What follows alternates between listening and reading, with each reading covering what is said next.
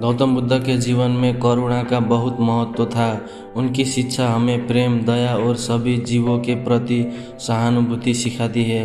करुणा पर आधारित एक प्रसिद्ध कहानी है, घायल हंस की कहानी, जो हमें ये समझाती है कि सच्ची दया क्या होती है। एक दिन राजकुमार सिद्धार्थ अपने महल के बगीचे में टहल रहे थे। तभी अचानक उन्होंने आकाश से एक हंस को गिरते हुए देखा।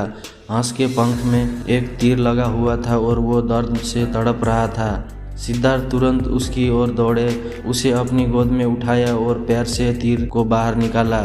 फिर उन्होंने हंस की चोट पर औषधि लगाई और उसे दाना पानी खिलाया। कुछ समय बाद उनका चेहरा भाई देवदत्त वहां आया और गुस्से में बोला, ये हंस मेरा है, मैंने इसे तीर से मारा था, इसलिए इसे मुझे वापस दो। लेकिन सिद्धार्थ ने मना कर दिया और कहा, ये हंस तुम्हारा नहीं हो सकता, क्योंकि तुमने इसे मारने की कोशिश की थी। ये जीवित है और जीवित प्राणी पर उसका अधिकार होता है जो उसकी रक्षा करता है, न कि जो उसे चोट पहुंचाता है। ये विवाद राजा के पास ले जाया गया। राजा और दरबारियों ने विचार किया और निर्णय लिया कि जीवन बचाने वाले का अधिकार ज़्यादा होता है, न कि जीवन लेने वाले का। इसलिए हंस को सिद्धार्थ को सौंप दिया गया।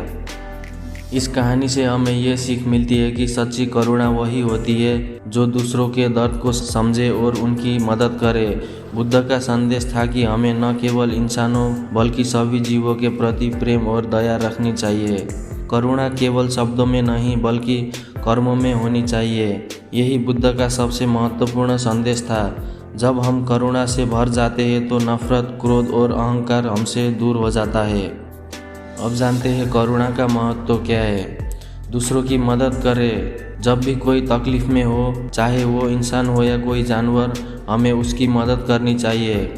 दूसरों की भावनाओं को समझें। हमें ये सोचना चाहिए कि अगर हम उस स्थिति में होते तो हमें क्या अच्छा लगता। क्षमा करें और प्रेम दें। नफरत और हिंसा से कुछ नहीं मिलता, लेकिन दया और प्रेम से दुनिया बदल सकती है। स्वार्थ छोड़ें। करुणा का अर्थ है बिना स्वार्थ के दूसरों की भलाई करना।